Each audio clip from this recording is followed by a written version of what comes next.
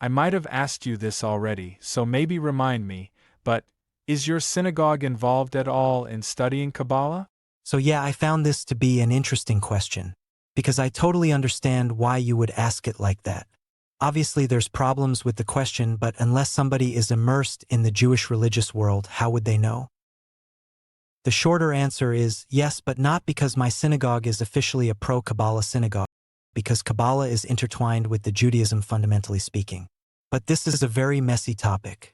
Not because of the controversial nature of Kabbalah, but because of the linguistics that are attached to it.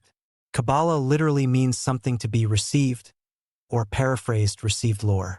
Now anyone that tells you one answer where Kabbalah is from is either a hyper-religious person strictly accepting what was taught to him through his tradition. If it's anyone else, they heard something and they assumed it was true. Evangelical Christian types, especially of the anti-Semitic stripe but not limited to that, teach that Kabbalah comes from Babylon during the Babylonian captivity, and it's a corruption of pure religion that was handed down by God. Most silly ideas have dash of rationality to it. This is one of those things.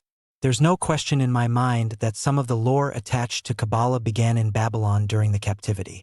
But it is even difficult to say that for sure, because the lore is called received, means it was passed down orally, because the Torah was not always the only lore attached to the Jewish people.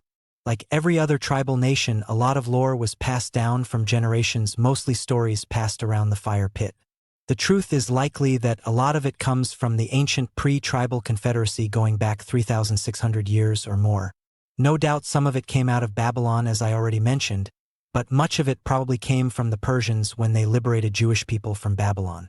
Likely some of it came from Egypt, and I'm not necessarily talking about the Egyptian captivity that we all know from Cecil B. DeMille. Egypt and the Kingdom of Judea, as well as the Kingdom of Israel and Egypt, had a lot of diplomacy between the two of them over the centuries, and in fact what caused the rift with Babylon in the first place was Egypt and Israel having made an actual alliance with one another. I digress a little, but all of these and more probably culminated into what we now call Kabbalah. So I still haven't answered your question. Officially, I don't think you'll ever find a synagogue except for a reform that actually teaches Kabbalah. I'm sure that rabbis at my synagogue have had private classes with people, but I've never seen it advertised out in the open in the way that Hebrew classes would be. And I hope it stays that way.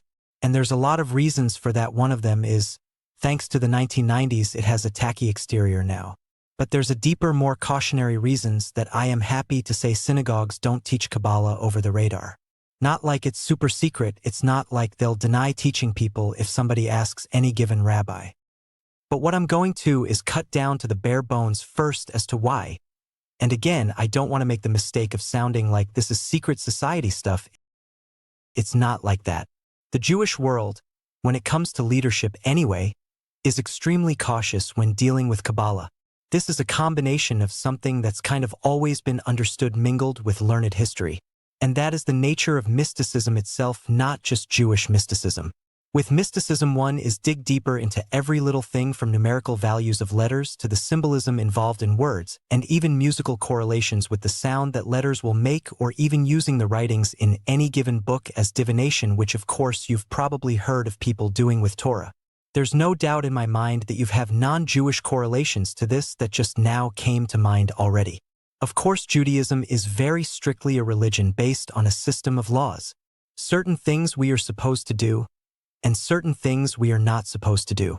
Certain things that we are to do, but only at certain times or by certain individuals, and certain things we are never under any circumstances, and so forth.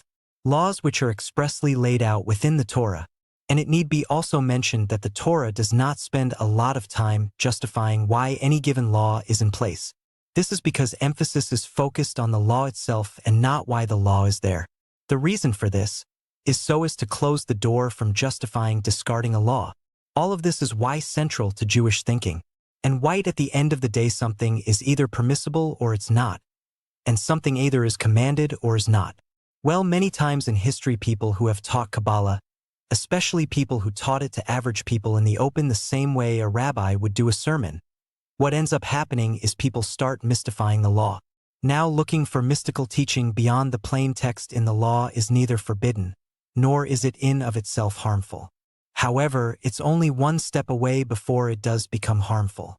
Because when everything starts becoming mystified and remystified and further mystified, it doesn't take long with many people that the mystic aspect becomes more important than the literal aspect.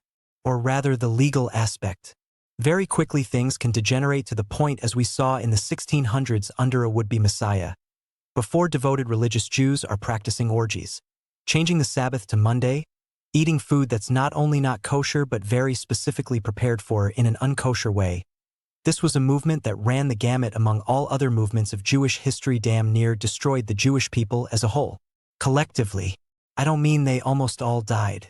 But when it was over, the Jewish world was on the precipice of either converting to other religions and being completely done with their identity as Jews, or just being very, very quiet about it and barely even mentioning it to their children or their grandchildren because, simply put, after the full extent of this flopped messianic endeavor was noticed by the entire world, many Jews for the first time were embarrassed about being Jewish. Because of the incident in question that I'm talking about, there has been a lot of caution stressed on behavior and practices that would lead to another resurgence of Kabbalah that could end in the same way. So to answer your question again, yes, because all Orthodox synagogues do, but not as an official business of the synagogue.